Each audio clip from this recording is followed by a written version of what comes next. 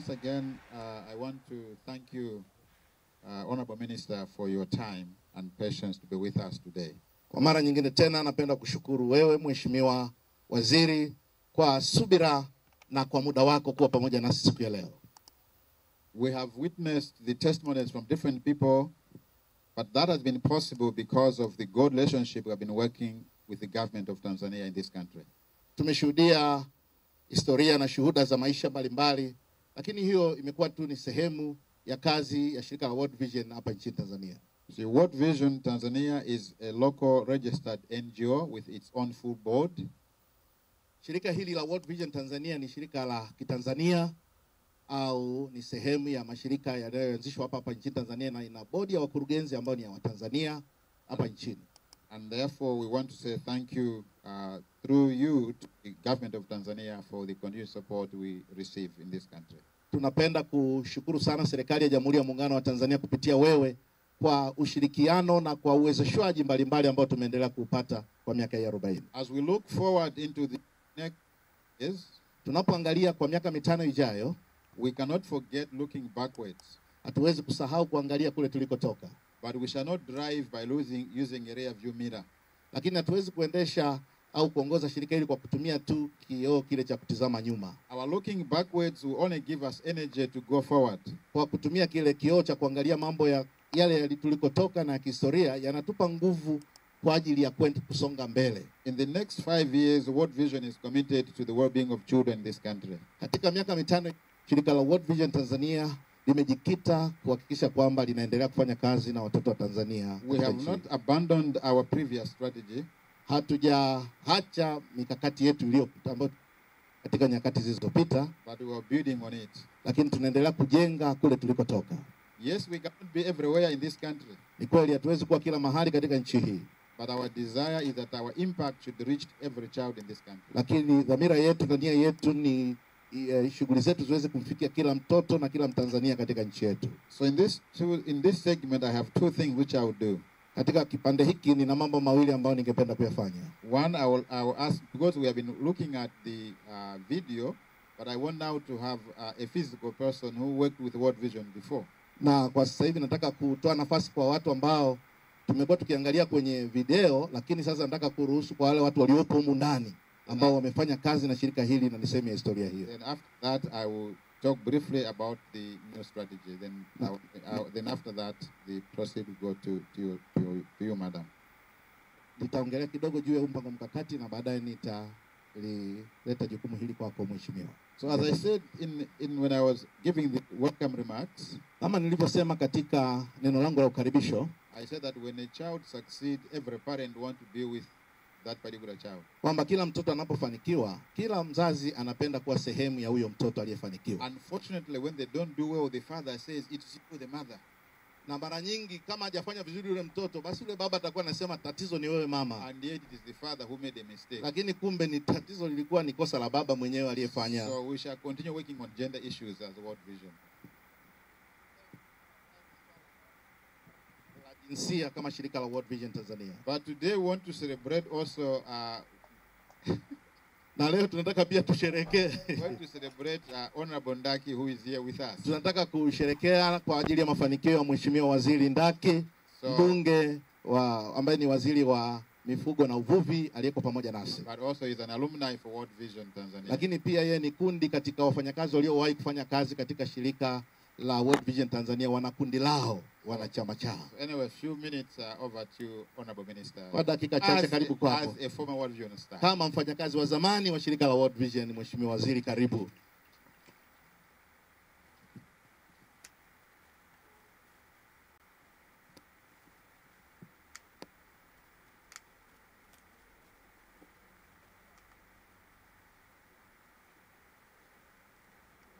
Mheshimiwa mgeni rasmi wa tukio la miaka 40 ya World Vision Tanzania, Mheshimiwa Umi Mwalimu, Waziri wa Nchi, Ofisi ya Rais TAMISEMI, Mheshimiwa wakilishi wetu wa mkuu wa mkoa wa Dodoma, Mheshimiwa Ras,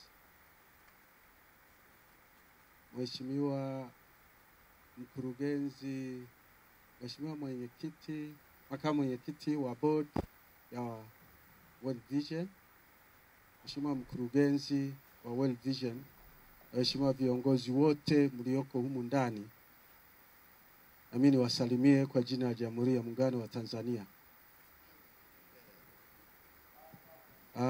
Jina langu naitwa Mashimba Mashauri Ndagi.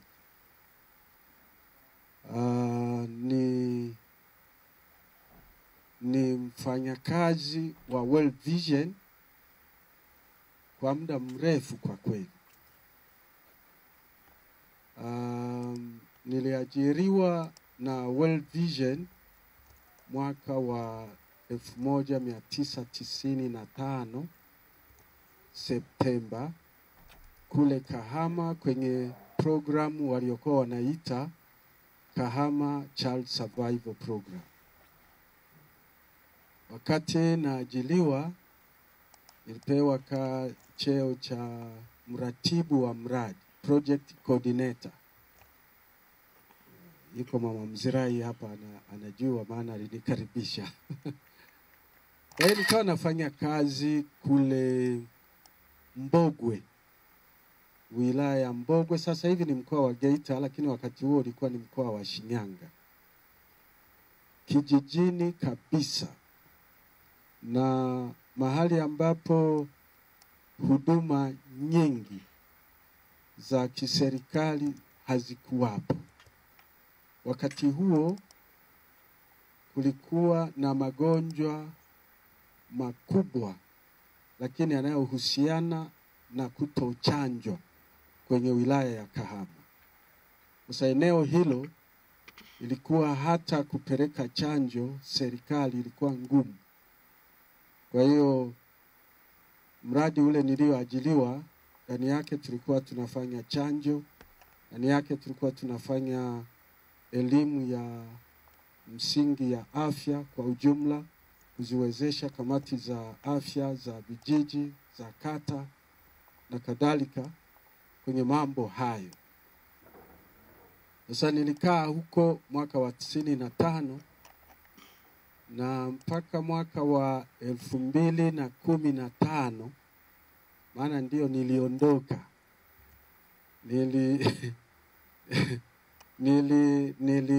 Niliondoka kwa cheo cha associate director, mkurugenzi. Makofi mengi. Ni kama mimi hapa. Kwa hiyo ukiangalia 95 2015 na niliondoka vile vile Septemba. Niliingia Septemba 1995, nikaondoka tena Septemba 2015. Kwa hiyo ni kama miaka 20, ni mingi kidogo, umri wa mtu mzima. Kwa hiyo nimekaa huko ndani. Mafanikio yote ambayo World Vision wanaweza kujivunia sasa hivi, na mimi nimeshiriki kidogo kwenye hayo. Makofi mengi. Kwa hiyo niwapongeze sana World Vision. Hongereni sana kwa miaka 40 ya kufanya kazi ndani ya nchi yetu. Ningeweza kusimulia ni namna gani tumegusa jamii ya Watanzania kwenye maeneo tuliyofanya kazi, lakini muda usingetosha. Yaliyoelezwa na wenzetu ni kidogo sana, lakini kusema ukweli, World Vision Tanzania mmegusa maisha ya Watanzania kwenye maeneo mengi na kwenye vipengele vingi sana. Na unafikiria maisha kwenye maeneo yale tuliyofanya kazi yangekuwa sijui namna gani kama World Vision asingeenda huko.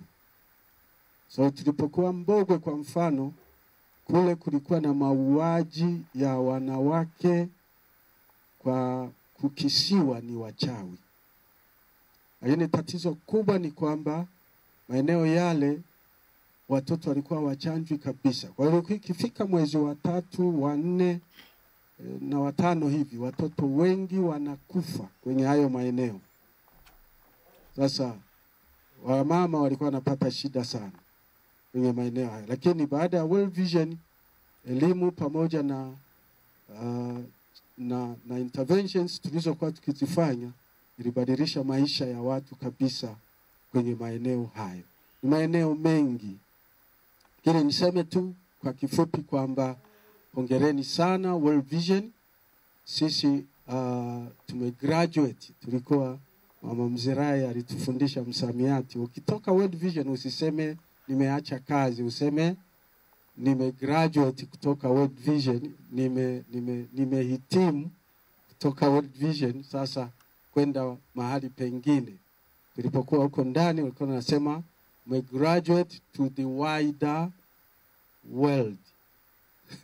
Kwa hiyo mimi niko huku kwa wider world, lakini tunamshukuru Mungu sana sana na tuko pamoja, na mimi nafurahi kuona sasa tunaendelea vizuri. Changamoto kama alivyosema mwenyekiti wa bodi ni uendelevu wa miradi yetu. Tunapomaliza kwenye eneo, mara nyingi tunafanya miaka 15. Nadhani ni muda ule ule. Lakini baada ya miaka 15 uendelevu wa shughuli zile kwenye jamii tuliokuwa tunafanya nayo kazi kwa kweli imekuwa changamoto. Tulijaribu kutengeneza muunganiko wa kijamii kwenye eneo hilo ili uweze kuendeleza shughuli zilizoachwa, lakini baada ya miaka 3, 4 utakuta ule muunganiko nao umesambaratika. Kwa hiyo nadhani hiyo ni changamoto yetu wote, World Vision, lakini pia na serikali ambao tunafanya nao kazi kwa pamoja. Tutaendelea kuona ni kwa namna gani kunakuwa na uendelevu wa miradi hiyo tunapofanya kazi na World Vision, lakini na serikali. Mungu awabariki sana na washukuru sana kunialika kuja kushiriki kwenye miaka 40 ya World Vision. Makofi mengi sana kwa Mheshimiwa Waziri Mashimba Ndaki, mbunge, waziri wa Wizara ya Mifugo na Uvuvi. Asante sana kwa kutupatia sehemu ya historia yako pia kupitia maadhimisho haya. Asante. Asante sana, Honorable Minister, for that moving speech. Nakushukuru sana Mheshimiwa Waziri kwa ajili ya hiyo hotuba inayogusa sana uliyoitoa. As we look into the next 5 years, Honorable Minister, Mheshimiwa Waziri, tunapoangalia miaka 5 ijayo, World Vision is mindful of the very thing which Honorable Ndaki has mentioned, the issue of sustainability of our programs. World Vision inaangalia sana hilo eneo kama alivyosema Mheshimiwa Waziri, eneo hasa la uendelevu wa miradi. And that's why in the next strategy we want to focus more on mindset change and organizational development. Na ndio sababu katika miaka 5 ijayo tunataka kuangalia namna ya kuleta mabadiliko kwenye mitazamo, yani mtazamo chanya kwa ajili ya eneo la shughuli za maendeleo. One thing which I have noticed is that when we work at the household, kitu kimoja ambacho tumekiona, unapokuwa unafanya kazi katika ngazi ya kaya, when there is no leadership, things don't work. Kama hakuna uongozi, vitu havitokei. And that's why we have our partners here want to look at building the kingdom leadership in this country. Na ndio maana tuna washirika na wadau mbalimbali hapa, na tunao ndugu zetu wa Kingdom Leadership Network. Mr. Mpatwa, you can stand up. Isaac Mpatwa, unaweza kusimama pale ulipo. Yule ni kiongozi. We want to go into different forms of working. Tunataka tuende katika mifumo tofauti ya kufanya. Very soon, Honorable Minister, I'll come to your office to work together. How can we engage the district, the regional commissioners on the need for investing in children? Hivi karibuni Mheshimiwa Waziri, tunataka kuja kwako, kuja kushirikishana tuone ni namna gani tunaweza tukashirikiana na wakuu wa mikoa, wakuu wa wilaya na maafisa tawala katika shughuli za maendeleo kwa watoto. The dynamics in this country is changing so rapidly. Ukiangalia jinsi ambavyo hali halisi ilivyo katika nchi yetu inabadilika kwa kasi kubwa. Before my mother died, kabla mama yangu hajafariki, she would answer me by phone. Angeliweza kunijibu mimi kwa kupitia simu. But when I was working, I would send her a letter. Lakini wakati ule nilipokuwa nafanya kazi nilikuwa napeleka barua. But she never moved from rural to urban. Hakuweza kutoka maeneo vijijini kwenda mijini. So what I'm saying is that today we have the urbanization of the Na siku hizi tuna namna ambapo the rural is becoming urban. Maeneo ya vijijini sasa hivi yanakuwa ni maeneo ya mijini. So how do we ensure that we do our work differently? Ni kitu tutahakikishaje kwamba tunafanya kazi zetu kwa utofauti? Our young people, the children who are here today, vijana wetu na watoto waliopo hapa leo, their mindset is different than when I was a child. Mitazamo yao ni tofauti sana na mtazamo wangu nilipokuwa mdogo. How do we have programs which speak to the needs of the children today? Tunawezaje tukawa na programs zinazoongea katika mahitaji ya watoto wa leo? That is our focus in the next strategy. Hiyo ni sehemu ya lengo kwa mkakati huu ujao. We have a lot of unemployment happening today. Tunaona kwamba tatizo la changamoto ya ajira linaendelea kutokea katika maeneo mbalimbali leo. How does World Vision become relevant to the creation of employment in this country? Ni kwa namna gani shirika la World Vision litakuwa na tija katika maendeleo hayo na harakati hizo? But the key for us is the issue of mindset change and leadership development. Lakini kubwa sana kwetu ni swala zima la kubadilisha mitazamo kwa mtazamo chanya na swala la kuendeleza na kuwa na viongozi right from the household level to whatever level it can be. Kuanzia uongozi wa kaya na kwa ngazi yoyote ile ambayo tutaweza kufanya.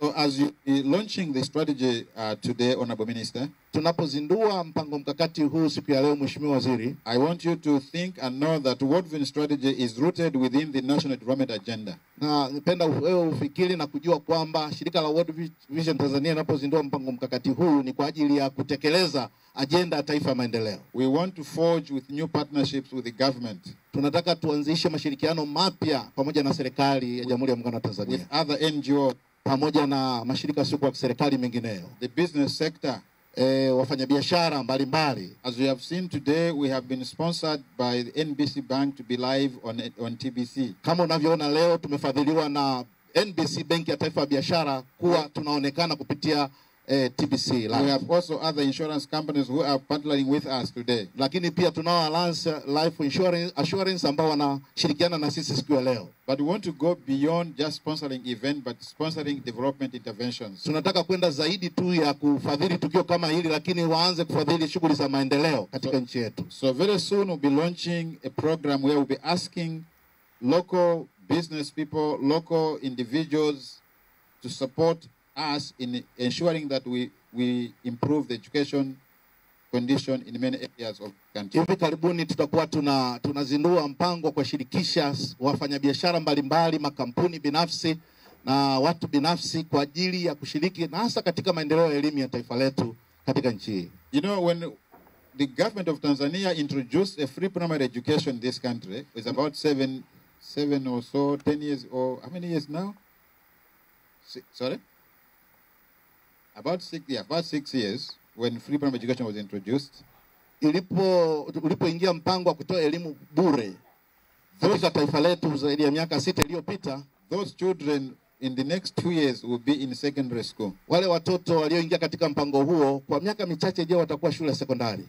Do we have enough classrooms to absorb? Je, tuna madarasa ya kutosha kwa ajili ya watoto? That's why World Vision would be a platform where business sectors and others can support, and therefore we can do things together with the government. Ndio maana World Vision inajaribu kuangalia mwelekeo huu wa kushirikisha makampuni na wafanyabiashara mbalimbali ili tushirikiane nao katika kuhakikisha kwamba maendeleo ya elimu kwa watoto wetu yanatokea. The other aspect I want to highlight, Honorable Minister, kipengele kingine Mheshimiwa Waziri ninachotaka kukizungumza is that Tanzania is a middle income country. Tanzania ni nchi ambayo iko katika uchumi wa kati. But we have learned from other countries what happens if the government, the civil society, the business sector, the media have not come together, what happens? Na tumejifunza katika baadhi ya nchi ambazo zimeingia katika uchumi wa kati, kama hakuna ule ushiriki wa wafanyabiashara, watu wa habari na sekta mbalimbali muhimu, kuna mambo fulani ambayo yanajitokeza. When a country becomes a middle income country and if there's no better strategy, there's a lot of income disparity. Nchi inapoingia uchumi wa kati na kama hakuna ushirikishi wa kutosha wa sekta mbalimbali za katika taifa hilo kama tulivyotaja, kunaweza kukatokea na utofauti mkubwa sana wa hali za kiuchumi katika taifa. So the rich become richer and the poor become poorer. Matajiri wanaweza kuwa matajiri sana na maskini wakazidi kuwa maskini zaidi. So our strategy, we want to see how can the poorest of the poor in this country benefit from the middle income status of Tanzania. Kwa hiyo mkakati wetu ni kutaka kuangalia ni kwa namna gani hawa watu ambao katika hali ya umaskini wanaweza wakanufaika katika hiki kipindi cha kuwa katika uchumi huu wa kati. And that's why, Honorable Minister, that I will soon come to your office to have a discussion. How can we engage this dialogue both at community level, at national level? Na ndio maana Mheshimiwa Waziri, nimelizungumzia hilo kwamba hivi karibuni tutakuja kwako tushirikishane, tuwe na mazungumzo ni namna gani tunaweza tukajibu hayo maswali kuanzia ngazi ya kaya na hata ngazi ya taifa. We will remain being Christian, but we will work with everyone in this country. Shirika la World Vision itabaki kuwa ni shirika la Kikristo, lakini tutafanya kazi na kila mtu katika nchi hii. We will focus on partnerships. Tutaangalia sana hilo eneo la ushirika wenza. We shall focus on giving voice to the children. Tutashiriki katika kuhakikisha kwamba tunatoa sauti kwa ajili ya watoto. And therefore, without spending much time, let now invite our IT to give us a brief on our strategy for the 5 years. Na bila kutumia muda mwingi sasa, Mheshimiwa Waziri, niwakaribishe watu wa teknolojia ya habari waweze kutupatia kwa kifupi sana huo mpango mkakati ambao tunakwenda kuzindua siku ya leo. Thank you, Honorable Minister. Asante sana Mheshimiwa Waziri.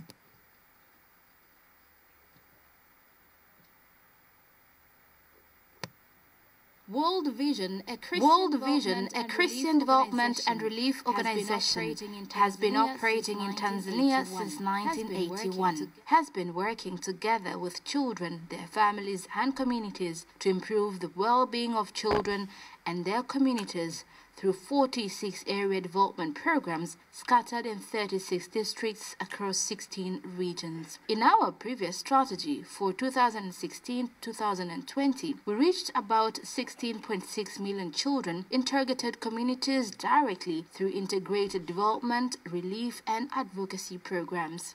Implemented sectors were education, resilience and livelihood, health and nutrition, water, sanitation and hygiene. Cross-cutting sectors were child protection, faith and development, and advocacy through our global campaign, It Takes a World to End Child Marriage. In improving maternal health and nutrition to pregnant mothers and children and address issues of HIV/AIDS, in the previous strategy, World Vision Tanzania has implemented projects of Sustain, PEPFAR, and Enrich. These projects had huge impact to lives of millions of mothers, children, adolescents, and adults. In our current strategy, we aim to achieve improved and sustained well-being of 3.2 million children directly, including the most vulnerable in Tanzania, by the year 2025. We are planning to invest 300 billion Tanzanian shillings, which is equivalent to $147 million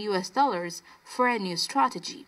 We will continue to focus on livelihood, health and nutrition, water, sanitation and hygiene, child protection and education, by integrating our focus sectors in addressing boys' and girls' well-being.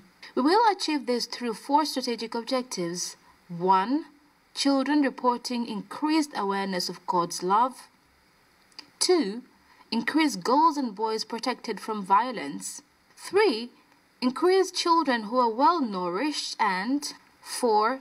Increase children who possess the reading, writing, and arithmetic, the 3 R's skills in primary schools. We will continue with our advocacy campaign on It Takes the World to End Child Marriage, which will be centered on ending child marriage and teenage pregnancies. The strategic aligned with World Vision Global Goal, our Promise 2030, and contributes to Sustainable Development Goals 1, 2, 3, 4, 5, 6, 13 and 16. In keeping our promise to most vulnerable children in this strategy, we will live our Christian life to amplify the voice of those who are served by strengthening peace-building approaches through faith-based organizations and interfaith platforms so that people of different faiths can live in harmony. Our ministry impact will focus on community-led approaches such as empowered worldview and citizens' voice and action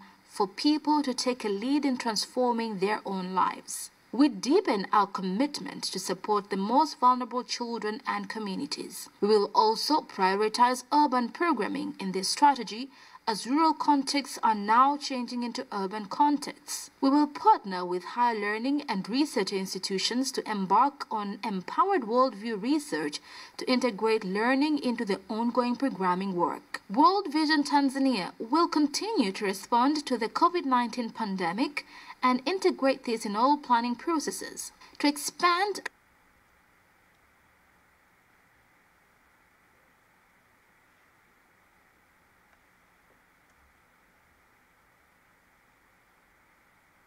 Na mtazamaji wa TBC1 na unatusikiliza kupitia TBC Taifa, ilikuwa ni makala fupi ikielezea uzinduzi wa mpango mkakati wa miaka mitano wa shirika la World Vision Tanzania, ambalo leo hii ndio linaadhimisha miaka 40 tangu kuanzishwa kwake mwaka 1981.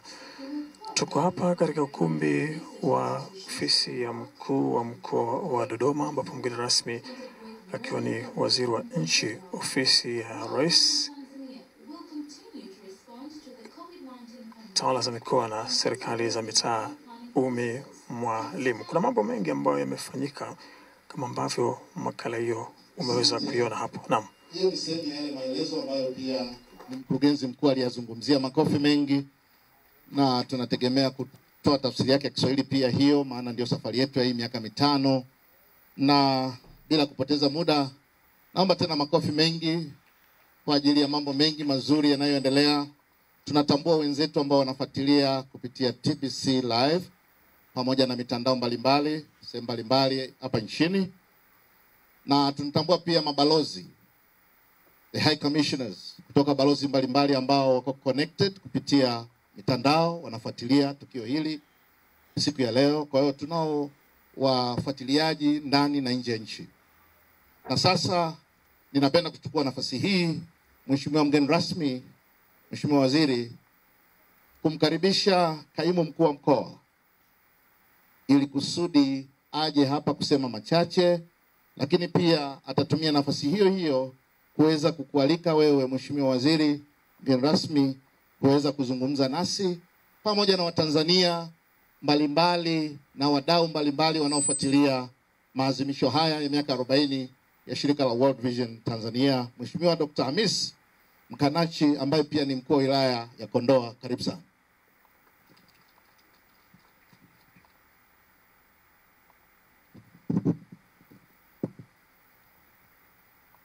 Mheshimiwa Waziri ofisi ya Rais mwenye dhamana ya TAMISEMI, Mheshimiwa Mwalimu, Mheshimiwa makamu mwenyekiti bodi ya wakurugenzi wa shirika la World Vision, mkurugenzi wa World Vision Bwana Wilbert Kamanga, Mheshimiwa Waziri mwenye dhamana ya mifugo na uvuvi, Mheshimiwa Mashindi Mashauri Ndaki ambaye pia ni living example ya existence ya World Vision, Mheshimiwa Ras wa mkoa wetu wa Dodoma, Daktari Fatma Muganga, naomba nikusalimuni kwa jina la Jamhuri ya Muungano wa Tanzania. Mheshimiwa Waziri ambaye pia ndio mgeni wetu rasmi wa shughuli hii ya kuadhimisha miaka 40 ya shirika hili adhimu kabisa katika kuchangia shughuli za serikali na maendeleo yake, World Vision. Katika maadhimisho haya hapa ndani kuna katibu tawala wetu wa mkoa, naomba watu wa kufahamu tafadhali ungesimama, Daktari Fatma Muganga. Lakini pia tunayo kamati yetu ya ulinzi na usalama ya mkoa, tafadhali naomba nanyi msimame waweze kutambua uwepo wenu. Hali kadhalika naomba nitambue uwepo wa wakuu wa wilaya, nikianzia na mkuu wa wilaya mwenyeji wa Dodoma, ndugu yangu Jabir Sheikh Mweli.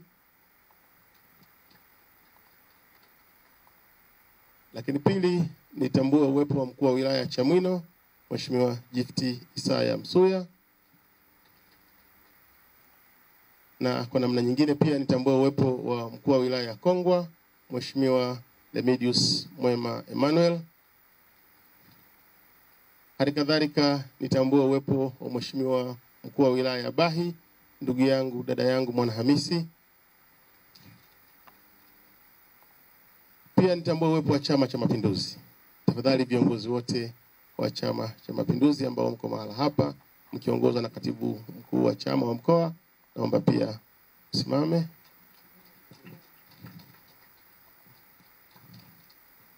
Naomba pia nitambue uwepo wa wakurugenzi wetu wa halmashauri zetu ambao wako hapa. Tafadhali wakurugenzi wote naomba msimame. Asanteni sana.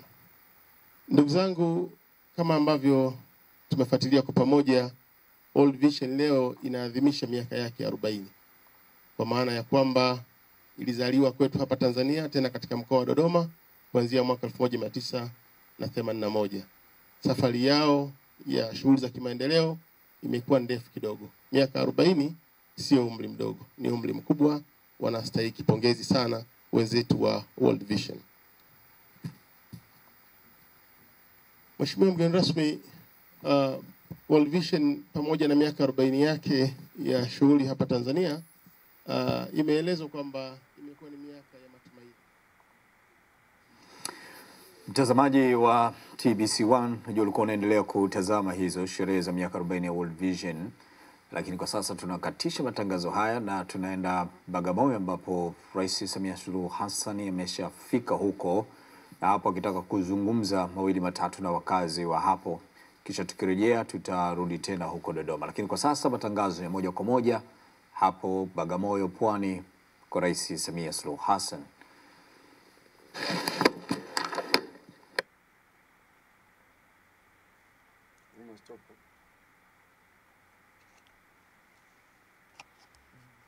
Education kit ama zana za mikono ambazo zinamuelezea sasa aelewe mambo ya kisayansi kwa lugha rahisi na kwa Kiswahili ama kwa Kiingereza atakapopenda. Na mtazamaji wa TBC popote pale unapotuangalia sasa, nafikiri dada Frawa, twende tukaonyeshe Watanzania magari ambayo kipindi chake Mwalimu cha uongozi wake takriban miaka 23 ile uongozi wake, na kipindi kile cha harakati magari ambayo alikuwa akiyatumia. Nafikiri itakuwa ni fursa nzuri wa Tanzania kuweza kujionea kwamba ni kwa namna gani makumbusho ya taifa na jumba la utamaduni linahifadhi kumbukumbu halisi za Kitanzania, na ni sehemu nzuri sasa kwa Watanzania kuweza kufika hapa kujifunza, kujua historia ya nchi yao, kujua mambo yanayoendelea hapa, na hata vile kuhamasisha wengine wawe na utaratibu, kwa maana wajenge utaratibu wa kuja kutembelea hapa ili kuifahamu nchi yao imetoka wapi, inakwenda wapi. Nafikiri hili ndio itakuwa dhima kubwa ya makumbusho ya taifa na jumba la utamaduni. Na hapa sasa tunayaona haya magari kama ambavyo yanaonekana. Labda sijui ungeweza ukawafafanulia Watanzania. Labda tuanze na gari la mwanzo lile waweze kujua hili lilikuwaje, japo kwa haraka tu ili wapate kujua. Kama unavyoona ndugu mtangazaji, tuko eneo ambalo linaonyesha magari ya kihistoria. Tunayaita magari ya kihistoria, na moja kwa moja haya magari yamekuwa connected na Mwalimu. Haya magari kila moja liko namna mmoja ya wapo Mwalimu amelitumia. Magari ya mwanzo ambayo ni Austin Morris, haya ni magari ambayo Mwalimu alitumia katika chama cha TANU kipindi cha harakati za uhuru. Tunaona pia na Sheli ambayo ni BP katika kipindi hicho ambayo ilikuwa ikitumika kujaza mafuta kwenye magari haya. Kipindi hicho ni hii ambayo inaonekana hapa. Ndio Sheli ambayo ilikuwa ikitumika kujaza magari ya serikali kwa kipindi hicho, na magari ya Austin Morris yalikuwa ni magari ambayo ya chama cha TANU Mwalimu alikuwa akiyatumia kufanya harakati na shughuli zake za kichama na kiserikali. Na ile inaonekana kama ni petroli au sijui diesel imebaki, na ndio kipindi hicho ilikuwa imebakia. Hiyo ni sehemu ya kile kilichobakia kama unavyosema, kwa sababu kazi yetu ni kutunza na kuhifadhi. Na labda Watanzania wangependa kujua gari hii labda aliitumia kipindi gani hasa, hii ambayo inaonekana hapa? Rolls Royce hizi mbili, kwa sababu ziko Rolls Royce mbili, ya kwanza ni Rolls Royce number 1 na ya pili ni Phantom Rolls Royce. Hizi ni gari za Mwingereza ambazo Mwalimu baada ya kea sasa serikali alizipokea kutoka kwa serikali ya ukoloni wa Mwingereza walizomwachia kutumia katika kuendesha serikali huru ya Tanganyika.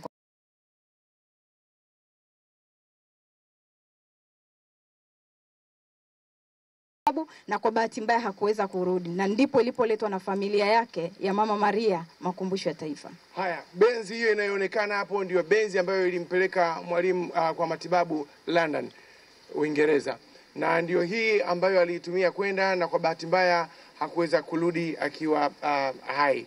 Na mtazamaji wa TBC popote pale unapotuangalia, tuko katika kumbukizi ya Mwalimu. Ni miaka 21 ya tunamkumbuka kifo cha baba wa taifa Mwalimu Julius Kambarage Nyerere, na hizi hayo magari yanayoonekana hapo, kama vile mhifadhi ambavyo ameweza kutuambia, haya ndio aliyekuwa akiyatumia katika mchakato mzima toka masuala ya kupigania uhuru mpaka kuikomboa nchi. Basi ndivyo hivyo ilivyo. Sasa tunakwenda kuangalia, tunakwenda store kule ambako vifaa ambavyo Mwalimu alikuwa anavitumia kwa ajili ya kufanya ya mambo ya ofisini alikuwa akiyatumia.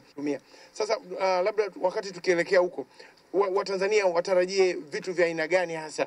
Kwa sababu tulikuwa tumezoea kuona labda masofa makubwa kama ilivyo kwa wengine, labda kwa uzoefu tu Watanzania watazamie kwamba Mwalimu alikuwa ni mtu ambaye anaonekana kwa muonekano ni mtu wa kawaida, na alitumia vitu vya kawaida vilivyotengenezwa na Watanzania.